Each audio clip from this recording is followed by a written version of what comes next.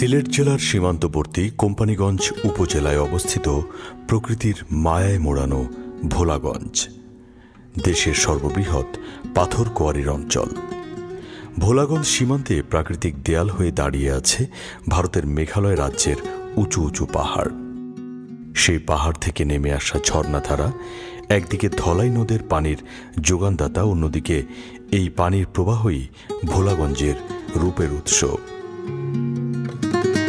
সবুজ পাহাড়, মেঘের হাতছানি আর বর্ষার পাহাড়ি ঢলের সাথে নেমে আসা সাদা পাথর ধলাই নদের বুকে মিলেমিশে ভোলাগঞ্জের সৌন্দর্য বাড়িয়ে দিয়েছে বহুগুণ।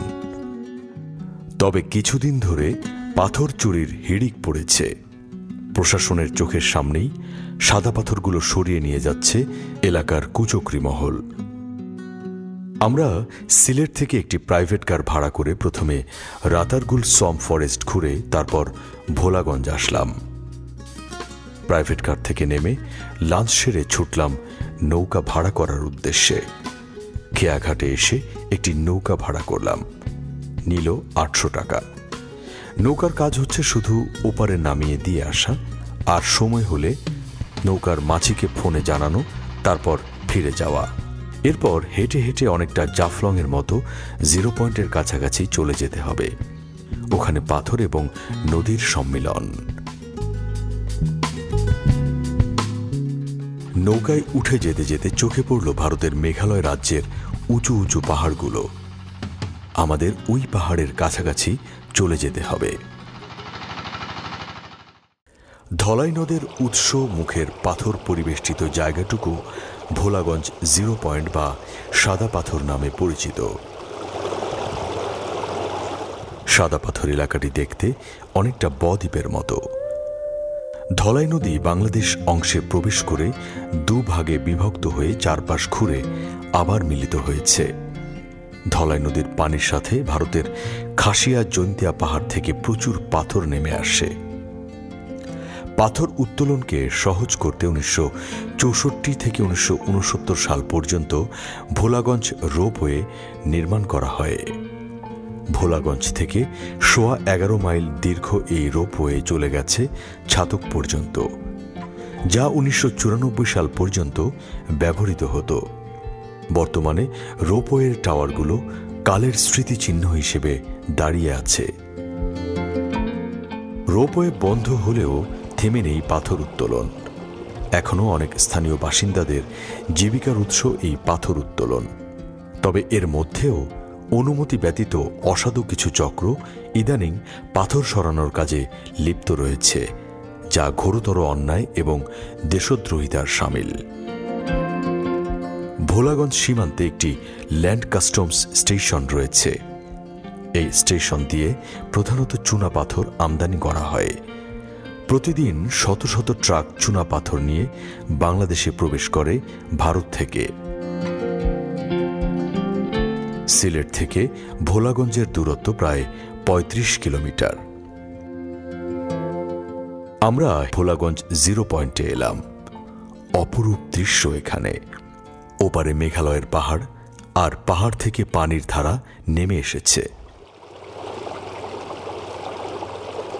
সুপ্রিয় দর্শক, আমি আছি সিলেটের ভোলাগঞ্জের সাদা পাথর এলাকায়, এবং এটি হচ্ছে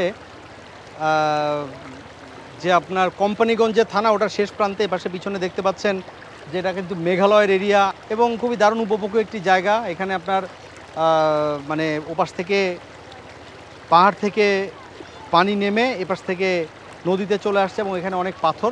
আরেকটি অভিজ্ঞতার কথা বলি, এখানে আমরা আসলে ড্রোন উড়াচ্ছিলাম, কিন্তু ড্রোন উড়ানো নিষেধ এই সীমান্ত এরিয়ায়। আমাদেরকে যারা বিজিবির সম্মানিত ভাই আছে ওনারা ড্রোন উড়াতে নিষেধ করলেন। সাথে সাথে আমরা ড্রোন নামিয়ে ফেলেছি, এবং এটা আসলে আমি একটুখানি লজ্জাও পেয়েছি, আসলে বিব্রতকর একটা ব্যাপার। এই জায়গাটা একটু ডেভেলপও হচ্ছে, দেখলাম হোটেল হয়েছে, ভালোই লাগছে, খারাপ লাগছে না। তবে গরমকালে অবশ্যই বিকালের টাইমে আসতে হবে, সকালে আসলে একদম রোদে পুড়ে ছাই হয়ে যাবেন দর্শক। এর আগে আপনারা যারা আমার মেঘালয়ের ভিডিওগুলো দেখেছেন তারা বুঝতে পারবেন পাহাড়ের ওদিকটাতে কি আছে। কি অদ্ভুত, তাই না? প্রকৃতির কোনো সীমারেখা নেই। এই পাহাড় গাছগাছালিগুলো কোনো প্রশাসনিক সীমারেখা জানে না। এরা প্রকৃতিকে সাজিয়েছে আপন করে, অথচ মানবসৃষ্ট একটি প্রশাসনিক সীমারেখা বলে দিচ্ছে পাহাড়ের ওপাশটা ভারত আর এপাশের সমতল বাংলাদেশ। আমরা খানিকটা সময় নদীর পানির সাথে খেলা করলাম। ডুবে থাকা পাথরগুলো মাঝে মাঝে খুবই পিচ্ছিল প্রকৃতির।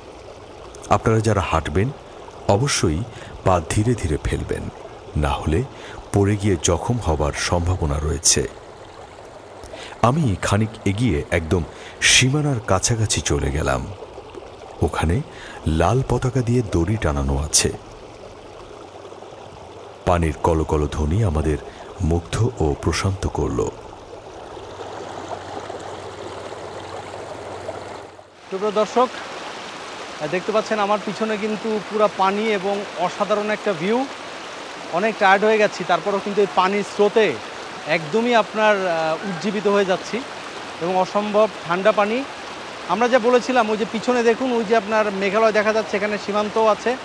আমি যখন মেঘালয় গিয়েছি তখন কিন্তু এইসব পাহাড়েই চড়েছি আর কি। হ্যাঁ, পাহাড়ে চড়ে আমরা বলতাম যে এই যে যে বাংলাদেশ দেখা যাচ্ছে এবং সেই বাংলাদেশের সীমানায়। নদীর ওপাশটাতে আবার দেখা গেল অনেক নৌকা।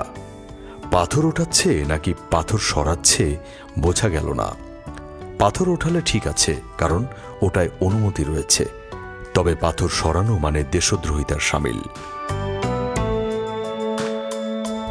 ভোলাগঞ্জ সাদা পাথরে আসার মোক্ষম সময় হচ্ছে সেপ্টেম্বর থেকে নভেম্বর, না হলে তীব্র গরমে কষ্ট পাবেন দর্শক।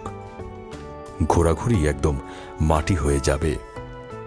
একটু পরই সন্ধ্যা নামবে। এখন ফেরার পালা। আমরা নৌকা পার হয়ে গাড়িতে উঠলাম সন্ধ্যা ছুঁই ছুঁই সময়ে। ভোলাগঞ্জ সাদা পাথরের স্মৃতি নিয়ে ফিরছি সিলেটে। পেছনে পড়ে রইল মেঘালয়ের উঁচু পাহাড়গুলো আর ভোলাগঞ্জ সাদা পাথর।